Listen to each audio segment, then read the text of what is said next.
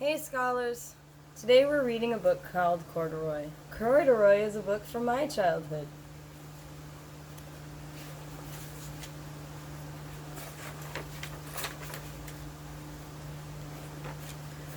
Corduroy is a bear who once lived in the toy department of a big store. Day after day he waited with all the other animals and dolls for somebody to come along and take him home.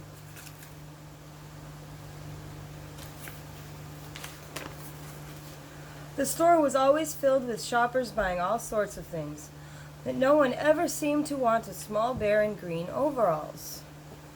Then one morning a little girl stopped and looked straight in Corduroy's bright eyes. "Oh, Mommy," she said, "look, that's the very bear I've always wanted." "Not today, dear," her mother sighed. "I've spent too much money already. Besides, he doesn't look new. He's lost the button to one of his shoulder straps."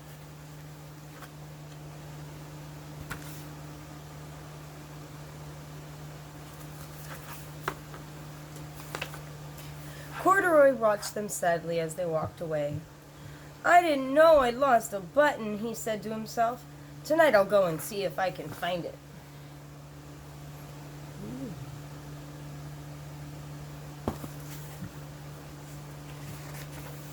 Late that evening, when all the shoppers had gone and the doors were shut and locked, Corduroy climbed carefully down from his shelf and began searching everywhere on the floor for his lost button.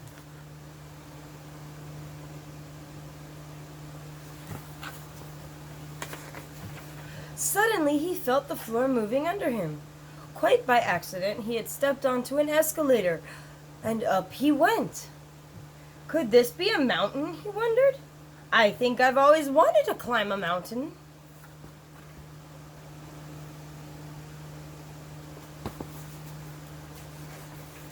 He stepped off the escalator as it reached the next floor, and there, before his eyes, was a most amazing sight. Tables and chairs and lamps and sofas and rows of beds. "This must be a palace," Corduroy gasped. "I guess I've always wanted to live in a palace."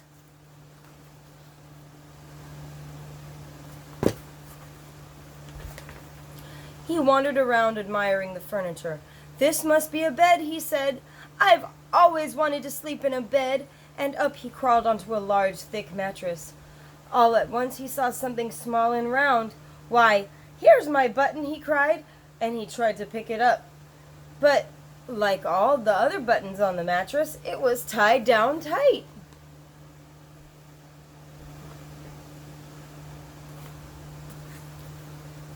I wonder what he's going to do. He yanked and pulled with both paws until, pop! Off came the button, and off the mattress Corduroy toppled. Bang until into a tall floor lamp, over fell with a crash. Oh man, I hope he didn't get hurt, you guys. Corduroy didn't know it, but there was someone else awake in the store. The night watchman was going his rounds on the floor above. When he heard the crash, he came dashing down the escalator. "Now, who in the world did that?"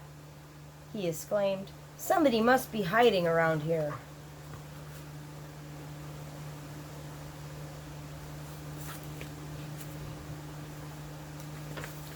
He flashed his light under and over sofas and beds until he came to the biggest bed of all, and there he saw two fuzzy brown ears sticking up from under the cover.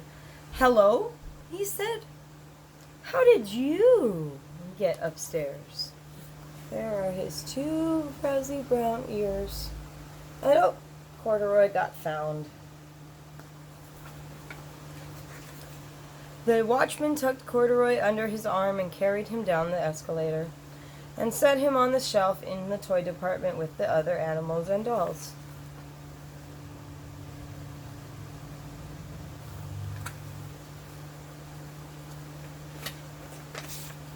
Corduroy was just waking up when the first customers came into the store in the morning. And there, looking at him with a wide, warm smile, was the same little girl he'd seen the day before. "I'm Lisa," she said, "and you're going to be my very own bear.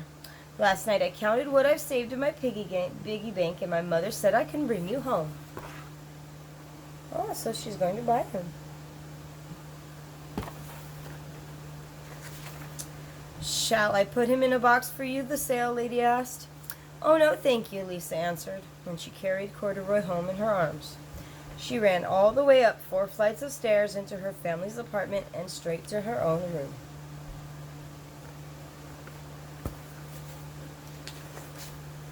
Corduroy blinked. There was a chair, a chest of drawers, and alongside a girl-sized bed stood a little bed just the right size for him. The room was small and nothing like the enormous palace in the department store. This must be home, he said. I know I've always wanted a home. Lisa sat down with Corduroy on her lap and began to sew a button on his overalls. I like you the way you are, she said, but you'll be more comfortable with your shoulder strap fastened. You must be a friend, said Corduroy. I've always wanted a friend. Me too, said Lisa, and gave him a big hug. The end. That was the end of the story, and I hope you enjoyed Corduroy. See you again soon.